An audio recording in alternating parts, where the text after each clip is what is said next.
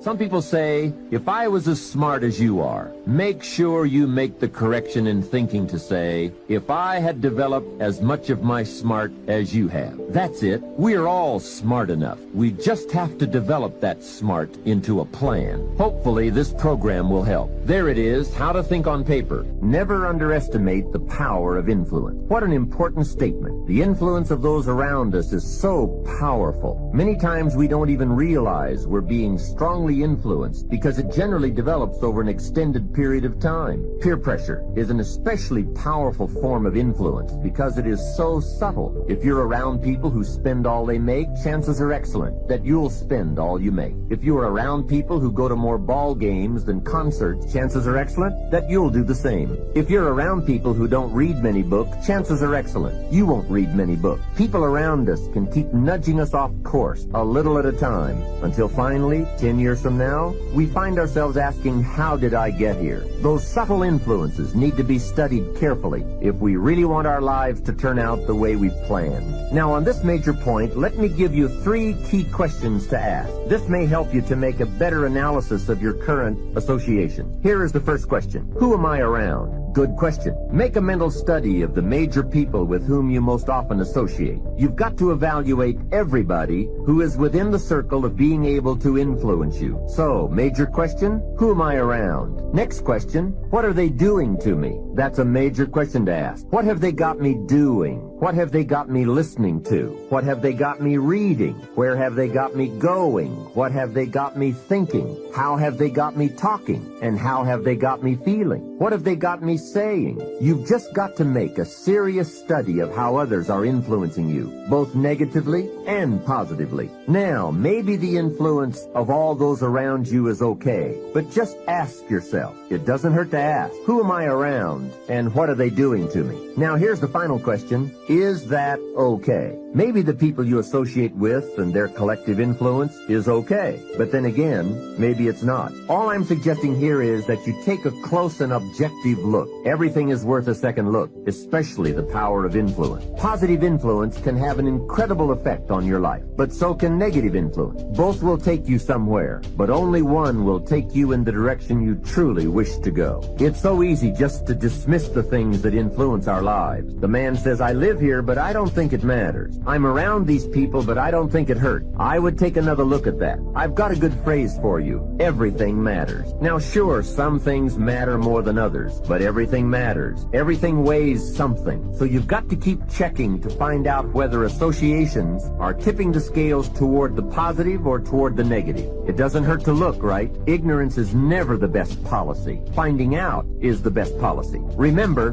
part of the purpose of this program is to get us to say, the days of kidding myself are over. I really want to know what I have become and what I am becoming. I want to know where my strengths and my weaknesses lie. What has power over me? What's influencing me? What have I allowed to affect my life? Perhaps you've heard the story of the little bird. He had his wing over his eye and he was crying. The owl said to the little bird, "You're crying." "Yes," said the little bird, and he pulled his wing away from his eye. "Oh, I see," said the owl. "You're crying because the big bird pecked out your eye." And the little bird said, "No, I'm not crying because the big bird pecked out my eye. I'm crying because I let him." Hey, it's easy to let influences shape our lives, to let associations determine our direction, to let persuasions overwhelm us, to let tides take us, to let pressures make us. The big question is, are we letting ourselves become what we wish to become? In this most important subject of association, here are some actions you may want to take. First, disassociation. You may, after a study of those 3 questions, who am I around, what are they doing to me, and is that okay, you may come to the serious conclusion that there are some people you just have to break away from. I'm not saying that it's an easy step to take, and it's not to be taken lightly. However, I am saying it may be an essential task. You may just have to make that hard choice not to let certain negative influences affect you anymore. Remember, it could be a choice that saves the quality of your life. My favorite book said, "The greatest among you will be your servant." So I became the the errand boy for them. I was serving them. I'd go get their lunch and their dinner, and I'd come in the control room watching them work control knobs and switches, knowing my time will come. Let us say together, my time come, when I'll be a top producer. And when I'll come up on stage, they call my name because of my accomplishment, my time, because I'm going to put forth the effort. So on the weekends, when the disc jockey come out to the parking lot, the cars will be clean, the inside out. They said, hey, who did this? I did, sir. How much do you charge, young man? Oh, nothing, sir. Just wanted to help out. Writes down. Build relations. Build relations. Give before you ask. People come into your business. Find some way to compliment. Talk to them. Ask them questions. Find out what's important to them. What's stressing them out. What keeps them up at night. What drives them. What they value. Don't advance with business. People do business. People they know, like, and trust. That's why you want to tell the story and ask key questions. You want to be strategic and experiential. Write this down. You have an energy signal. People are feeling you out. They're listening to you. They're watching you. And so he said, look, here are my car keys, young man. Down in Ralston, the Supremes are coming in town, the Four Tops and the Temptation. I want you to pick them up at the airport and take them to the Fountain Blue Hotel on Miami Beach. It is my pleasure to serve you, sir. I would drive these entertainers all over Miami Beach in the disc jockey's big long Cadillac. I didn't have any driver's license, but I'll drive it like I had some.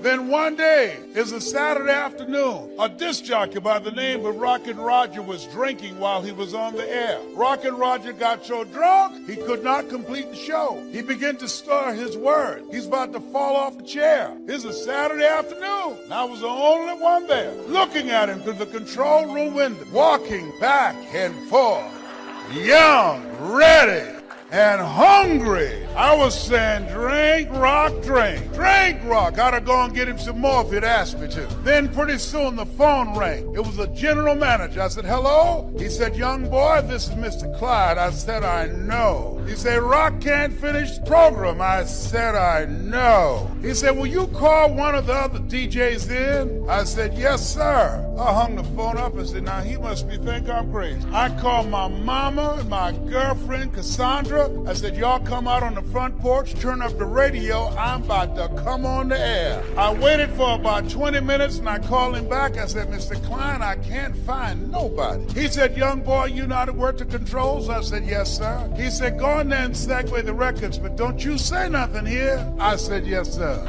I couldn't wait to get old Rock out of the way. I put on a fast record. I said, look out, this is me, LB Triple P. Les Brown, your platter playing papa. There were none before me and there will be none after me. Therefore, that makes me the one and only. Young and single and love to mingle. Certified, bona fide, duly qualified to bring you satisfaction and a whole lot of action. Look out, baby, I'm your love man. I was hungry. Give the old man a round of applause. I was hungry. I was hungry. I was hungry. You gotta be hungry. Shake someone's hand on your right and left and say, you gotta be hungry. Do that right now. Shake somebody else's hand. Say, you gotta be hungry.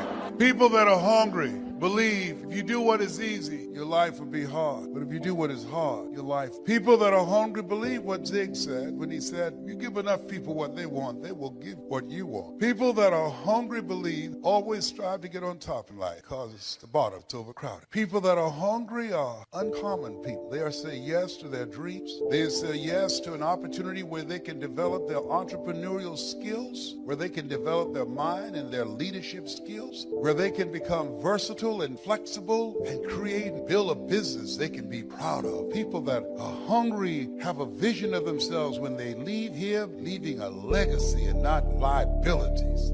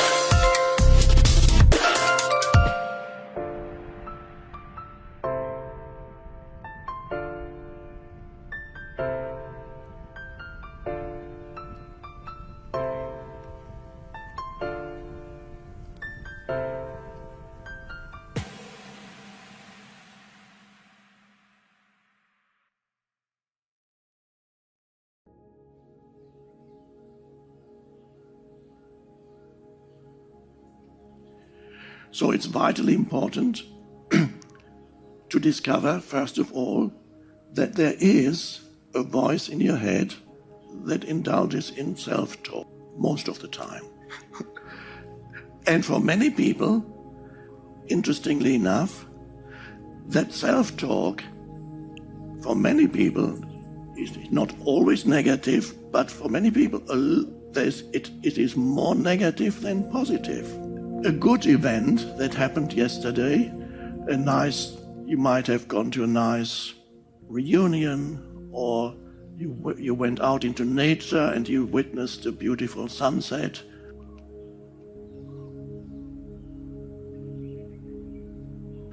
Okay, you can remember it today and think that was a beautiful sunset, or that we had a nice talk yesterday.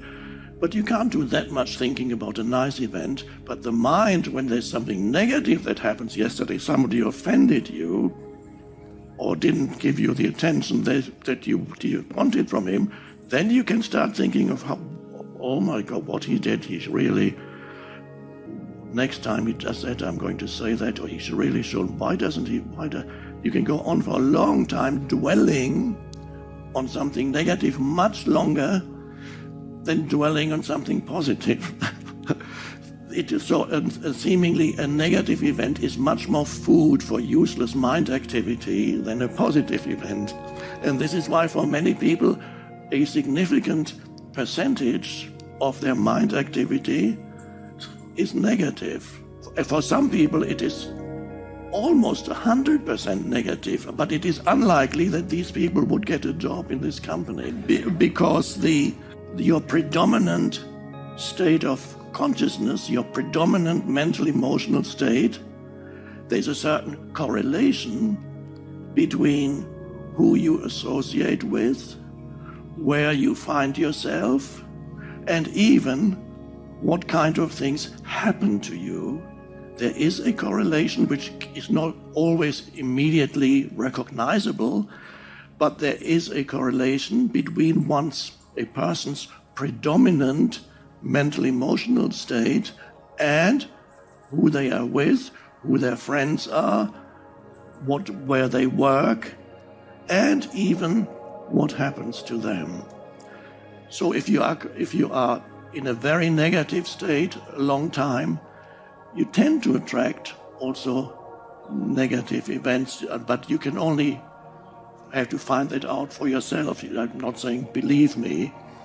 I know it from my own life, because when I first discovered this, I was still very young. I discovered that there is a correlation between my mind activity and what happens to me. I found a book several books that somebody left with us when I was 17.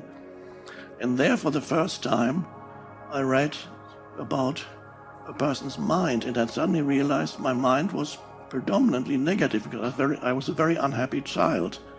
And so my childhood was not pleasant. And so the initial conditioning of my life was that my mind was continuously commenting and saying how bad my life was. And whenever something bad happened to me, I had a phrase that would occur again in my mind that, of course, bad things always happen to you, don't they? They're bound to happen to you. It always happens to you. So I was talking to myself and saying that bad things would always happen to me, and they did. So you can discover first that the spiritual awakening is to discover that there is continuous mind activity. Well, the first book was called Extreme Ownership. And what that means is you're not going to make any excuses. You're not going to blame anyone else. You're going to take ownership of whatever happens. And when something goes wrong, instead of pointing fingers and blaming someone else, you're going to take ownership of that problem. You're going to take ownership of figuring out what the solution to that problem is, and you're going to take ownership of implementing that solution. So that is the number one thing that I'm looking for a leader to do, is to take ownership of the problems. And again, we called that extreme ownership. And it was one of those things that was very easy to see in a SEAL platoon, because when someone doesn't take ownership and starts pointing fingers and blaming, well, like for instance, right now, if I started pointing my finger and blaming you for something, what's your natural reaction going to be? You get defensive, get upset. I mean, it's not my fault this broadcast isn't what I wanted it to be. Exactly. And then what happens is we have a team where I'm pointing the finger at you, you're pointing the finger at someone else, and now we have no one taking ownership of the problems, and therefore the problems never get solved. The opposite of that is when you have a good leader that steps up and says, hey, Ben, you know what? This broadcast didn't go the way I wanted it to. I should have done a better job preparing for your questions. I'm sorry, I apologize. And now instead of you getting defensive, you say, you know what? No, actually, I could have done a better job. And now both of us are taking ownership of the problems and we're going to get them solved. If you're blaming everyone else, I can't control you. I can't control these other things outside. I can't control. The only thing I can control is me. So instead of worrying about who else is causing you problems, worry about what you can do to yourself to improve your station. And if you go down that path, you're going to find you have a lot more control than you think you do. How do we make good decisions? Well, number one, making correct decisions. You got to study. You got to know and understand. You got to know the background. You've got to know the historical outcomes of equivalent type decisions that have happened in the past, similar situations. And if you know the history and you know the background, then you can use those to assess the current situation you're in. And then once you assess the decisions that you can make, assess the possible actions that you can take, and then assess the outcomes that those decisions will have, those actions will have. And when you're doing that, you also have to assess the possibilities of inaction. So a lot of times people forget that one. They don't know if they should do A or B. What they forget is there's also, what if I don't do either? What's going to happen? Sometimes not doing either is good. Or a lot of times not doing either is bad. So you got A or B. What should you do? Maybe sometimes you got to pick A or B. Sometimes, occasionally, it's better not to do anything. And you wait and let the situation develop a little bit more. So the point of this is whatever you can know beforehand, you know. You learn, you study, you understand, you know the standard operating procedures, you know what variations have been made on the standard operating procedures, and that's how you go forward. As leaders, I see people getting caught up all the times in little things that will not affect some white belt below them in the chain of commands going all crazy, grabbing their sleeve, and this leader on the top gets concerned about it and puts time and effort into something that doesn't matter, whether it's a little personality rub, a little ego uprising. It's like, should we do it this way or should we do it that way? It doesn't matter. That's a little sleeve grab. It doesn't matter. And I see people getting caught up on things that don't matter all the time. And what I've realized is it's something that I figured out a long time ago. I don't know when, but a long time ago, I figured out, you know what? That thing doesn't matter. I'm not going to worry about it. That thing doesn't matter. I'm not going to worry about it. That thing doesn't matter. I'm not going to worry about it. That thing matters. I'm going to focus on that thing. And that makes a big difference. It's leadership capital. Because if I'm investing my leadership capital in getting your hand off my sleeve or trying to do it my way instead of your way or trying to keep your ego in check, if that's what I'm investing my leadership capital in, I have nothing left to invest in the thing that actually matters. So what I meant by that is every day we're seeing who we are as people. When I was growing up, I lied for people to accept me because I didn't accept myself. So I would make up stories so then you would accept me into your world. I would, everything I did was for someone else to like me. It wasn't until I started reading my own book about how pathetic I was as a human being. I could blame my dad, I can blame kids at school, I could blame having health issues, ADD, my mom not being around. I could blame a lot of people, and that's the book I was reading. And I put it off on everybody else. It wasn't until I said, you know what, for me to fix this, I gotta read what the fuck is wrong with David Goggins. Not blame anybody. Read my book and say, okay, I'm afraid of my shadow. How can I overcome that? Go in the military, get your ass kicked, do things you hate to do. Be uncomfortable every fucking day of your life. Roger that. I'm not the smartest kid in the world. Okay. Instead of somebody saying, oh no, you're smart. No, don't say that to yourself. I said to myself, no, I'm a dumb motherfucker. Okay, roger that. How you get smarter? Educate yourself. So the things that we run from the truth. We're running from the truth, man. So the only way I became successful was going towards the truth. As painful and as brutal as it is, it changed me. It allowed me to become, in my own right, who I am today. The first ultra marathon wasn't smart at all. So basically what happened was, I was at military free fall school with Morgan Luttrell. Marcus Luttrell, if you guys don't know, was the lone survivor, the guy. He was in a bad op went bad. He was the only Navy SEAL that lived. Long story short, you gotta get the book, read Lone Survivor, great story. Morgan is Marcus Luttrell's twin brother. And I was there with Marcus. So what happened was myself and Morgan were in free fall school. At the same exact time, Marcus was in the worst incident in SEAL history. So I knew that Marcus might be dead. He wasn't dead, everybody else was dead. So I actually brought Morgan, I actually told Morgan, hey man, your brother was in a bad incident. I don't know if he's alive, I don't know what's going on. Long story short, Marcus is alive, and I go on to want to raise money for families. All these guys died, they all had kids. I want to raise money for the Special Operations Warrior Foundation. It's a foundation where 100% tuition goes to these kids to go to college, full tuition, whatever. So I found this great foundation. I'm going to raise money for it. So I said, you know what? I have to Google something that's evil, something very hard. I knew nothing about ultra marathons. I hadn't even run a marathon. I knew nothing about this world. So I Googled the top 10 hardest races in the world. And what comes up is a Badwater 135. It's a 135-mile race through Death Valley in the summertime. I thought it was a stage race. I thought it was a race where you run like 20 miles, set up camp, barbecue outside, and then go run some more the next day. So I called the race director up at the race and said, hey, Chris, his name is Chris Kosman, I want to do your race. So we had a long conversation. I was much heavier then, and I hadn't put running shoes on in over a year. How heavy are you at this point? I'm around between 240 to 270. Whoa. I'm in there. I'm in that range.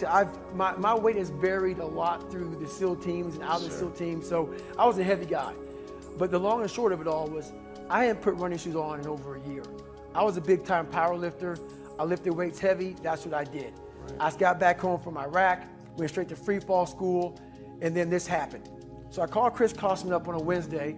He says, look, man, the only way you can qualify for my race is to run 100 miles at one time in 24 hours or less. There happened to be a race that Saturday, so 4 days later. And he said, if you qualify by running 100 miles or less in 24 hours, I will consider you my race. My goal was 100 miles.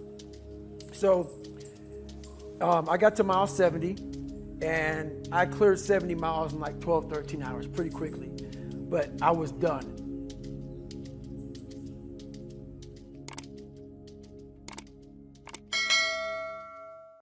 I will celebrate each goal I accomplish with gratitude and joy. I choose to think positively. I choose to think positively and create a wonderful world and successful life for myself. I am grateful that my life is so happy and successful. I can never fail, for everything that happens contributes to me being better. I'm extremely passionate about constantly being better and more successful. I have the courage to create positive change in my life. I acknowledge my own self-worth. My confidence is rising. Every day I will become more confident, powerful, and successful. Feeling confident, assured, and strong is a normal part of my day-to-day life. I am self-reliant, creative, and persistent in whatever I do. I am valuable and will make powerful contributions to the world today. I made decisions based on the superstar I am becoming. I continuously push myself to learn and develop in areas of life that bring me happiness, freedom, and purpose. I am the difference that will make the difference. I wake up every morning ready for a new day of exciting possibilities. I am happy and free because I am me. I am strong. I am a strong individual who attracts success and happiness. My life is a blast of growing opportunities because I never stop creating. I am energetic and enthusiastic. Confidence is my second nature. I teach others to believe in me because I believe in myself. My actions are intentional and they bring me closer to my goals. I am learning to trust the journey. My mind is clear of self-doubt. I am ready to embrace every challenge that comes my way. I surround myself with people who push me to be my best. I have great ideas and make great contributions. Every challenge I face is an opportunity to grow and improve. I am the architect of my life. I build its foundation and choose its contents. My ability to conquer my challenges is limitless. My potential to succeed is infinite. Today, I abandon my old habits and take up new, positive ones. I am excited about the possibilities that exist for me. I am able to think greater than I feel. I am the difference that will make the difference. I create success with everything I do. My impact starts with myself. My future is unwritten, and I have the power to change. I let go of the thoughts that do not serve me. I choose to be the difference that will make the difference in my life. Today, I choose to direct my thoughts. I am inspired, and I breathe life into my goals, my dreams, and my ambitions. Today, I am committed to my purpose. I act on my inspiration. I take the action necessary regardless of how I feel. A great life, it doesn't happen by chance. It happens by design. I am responsible for making smart decisions to drive success in my personal and professional life. I am blessed to have everything in my life to make it successful. I believe in myself and my abilities. I am the architect of my fate. I can achieve what I've dreamt for myself. The whole world is full of opportunities for me to succeed and impact. I am full of vitality. My confidence, positive attitude, and self-belief are my biggest assets to take me a step closer to my success. I'm not afraid of failures. I learn from my mistakes and turn failures into favorable results. The economy is going to change no matter what you want it to do. The weather is going to change. Relationships are going to change. Everything in life is always changing. We don't have to work on change. Change is automatic, but progress is not. So if you want to make real progress, then you really got to look at your life in a different way. You got to say, I got to take control of this process and not just hope it's going to work out like people do who make a resolution. You have to own your own happiness. Take it away from other people demanding that they make you happy. Your kids are not going to make you happy. Your spouse is not going to make you happy. A big house is not going to make you happy. Own your own happiness and be responsible for doing those things that bring joy into your own heart, independently of life and people and money and all of that stuff. Right. It doesn't necessarily give you happiness. You have to take responsibility of that peace and that joy that lives inside of your heart and not inside of your stuff. It's a hunt. It's a pursuit. It's a constant thing. It's going on all the time. And when you're in the middle of it, in motion, that's when you feel your best. But the discomfort of that motion makes people so uneasy that they feel like, well, I'm going to go through this discomfort and then I'm going to get to a place of stillness where it's all going to make sense. Finally, I made it. I'm here to tell you that fucking place doesn't exist. It doesn't exist. It's not a real place. It's a place that people look to as an inspirational goal, a destination. And that's going to be the thing that you work hard for. You're going to push until you get to this place, and then it's all going to be worth it. That place is not real. If you have $1 million, you want $1 billion. If you have a big house, you want a bigger house. You have to find out what actually makes you happy. And it's not having all your ducks in a row on paper. It's improvement.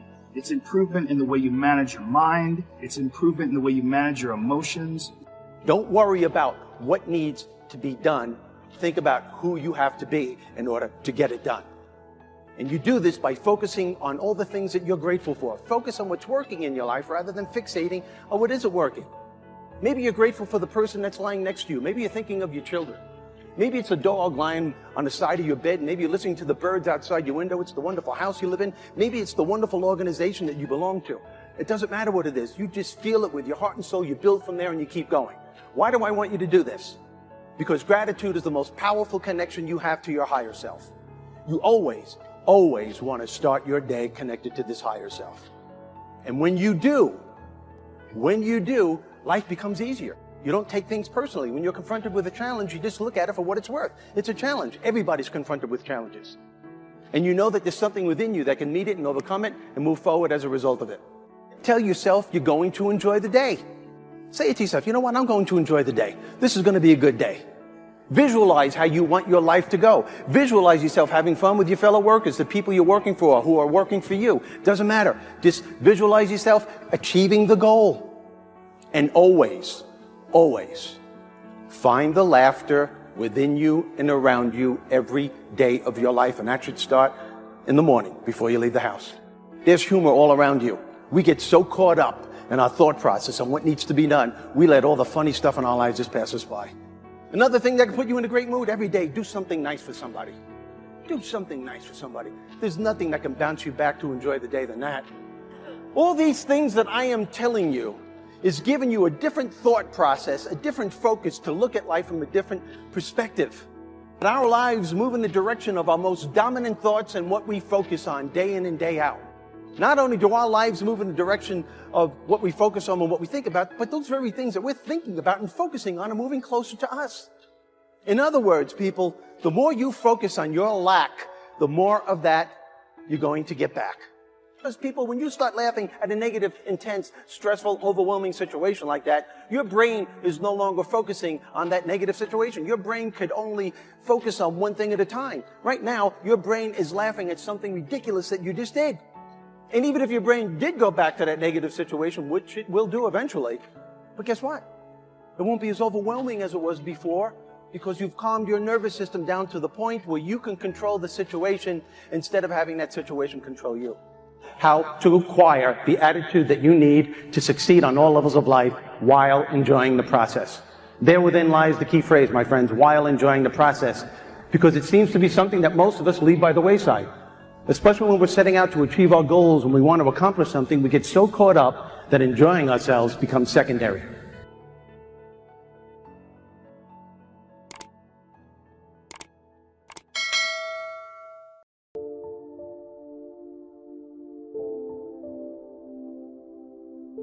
Remember the list I came up with to explain why I wasn't doing well? One of the items that was high on my list was prices. I told Mr. Schoaf that my problem was everything costs too much. However, he soon set me straight on that by saying, Mr. Rohn, that is not the problem. Let me tell you the real problem. You can't afford it. It's not it. If you keep dealing in it, you will always be broke, unhappy, and disillusioned because you will never have enough. Don't deal in it. Deal in you. When I finally learned to change my thinking from it to me, I changed my whole life. What a life-changing experience to finally meet someone who doesn't hesitate to put it on you or on your tendency to indulge in blame or procrastination. That is indeed a banner day when you meet someone who has learned how to skillfully and carefully attack the same problem that has kept you from doing very well, or kept you beneath your potential, or kept you off balance as to your own self-worth. It is so easy to mistake appearances for reality, to confuse the symptom with the real cause. Along with blame comes the third negative tendency we want to eliminate: excuses. Guess how many excuses we have? 1 million. And in the course of a lifetime, we will probably use them all, unless somebody finally comes along and blows all those excuses apart to make us come face to face with the real reasons for our current dilemma. Until that time, we will probably use another 1 million excuses to prevent ourselves from having $1 million.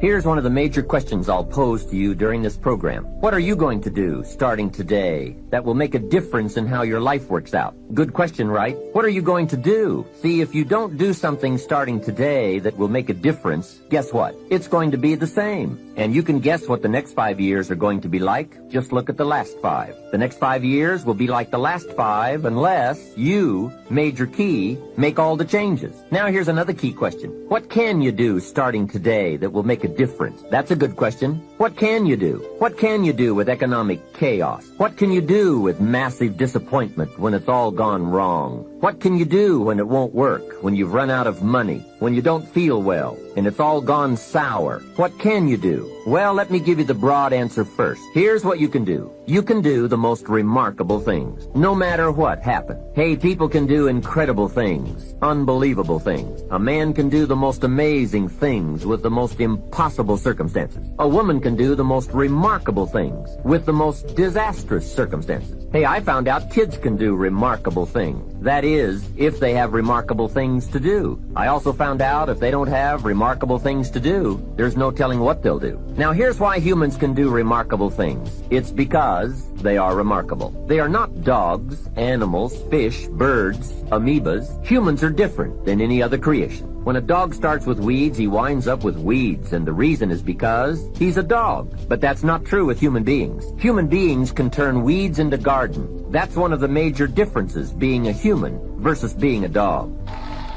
You can be successful, or you can sign a record deal. You can sign a basketball contract. You can get a promotion. You can open a company. Can't be great without a girl. You got to have a woman. It's just they do so many things. They do so many things we don't do. Women are amazing, man. Seriously. No, listen to me, fellas. Listen to me. For real. When you have a wife that's the right one, that's a powerful chick. She look out for you. She cover you. Where you going? I said, I'm going, sir. Look at your elbows.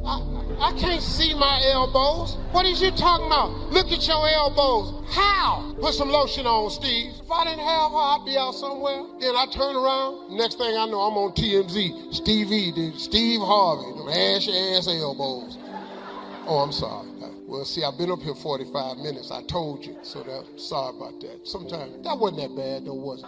Yeah. Y'all done heard that. I don't mean to be disrespectful in any way. I respect your company and all that you're doing. But, let's be real, too. This ain't church. Let's just stop.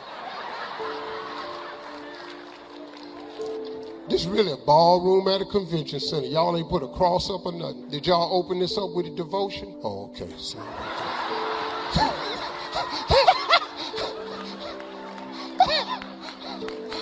I tried to find a loophole.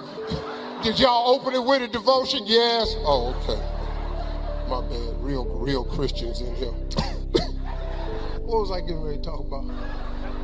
Oh, I'm going to tell y'all something really wonderful. Albert Einstein has a quote that changed my life. I'm going to give it to you because this is for everybody in this room, because it's something that we all have and you may have never understood it. Albert Einstein said, imagination is everything. It's the preview to life's coming attraction. I want you to listen to me now, because this going to be my last thing. But this is so good, man. If you can get this right here, this can change it for you. Imagination is everything. It's the preview to life's coming attraction. You know what that means? That means everything you see in this world came from somebody's imagination. Everything. Somebody was talking on the phone one day, and it was connected to the wall, and they was walking, and they went, man, I sure wish this phone would go outside. Everybody in here got a cell phone. Somebody was sitting there going, man, woo, we ought to go up there to that moon. They go up to the moon so many times now, they don't even tell us when they're going no more. The Wright brothers said, man, I want to fly like a bird. They laughed them out the gym. I flew over here on one of the birds. Matter of fact, you can't get here unless you come on a bird. I guess they got boats that come over here, but ain't nobody finna come to Jamaica, take a week.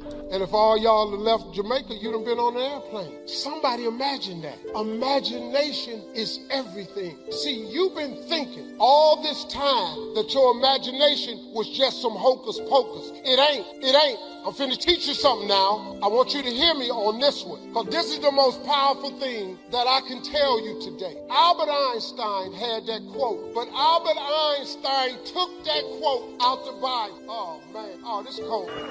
He sends brother 1 into outer darkness, but to brother 4 and brother 10, he says, well done, good and faithful servant.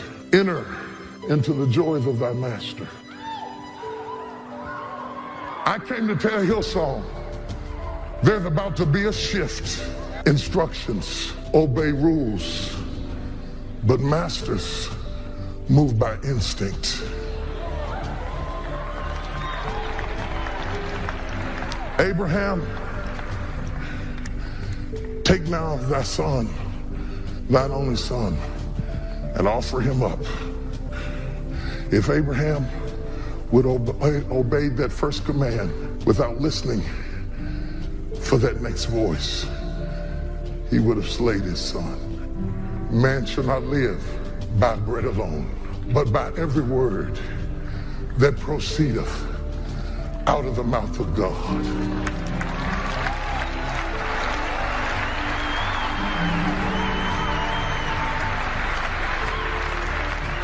Are you walking in what God has said, or are you walking in what God is saying?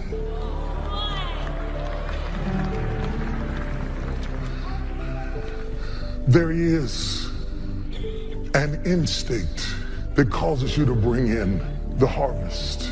There is an instinct that tells a mother when it's time to have the baby. There is an instinct that separates the good from the great. It is not their intellect. It is not what they read in the book. It is not who you know. It is, the elephant is over there.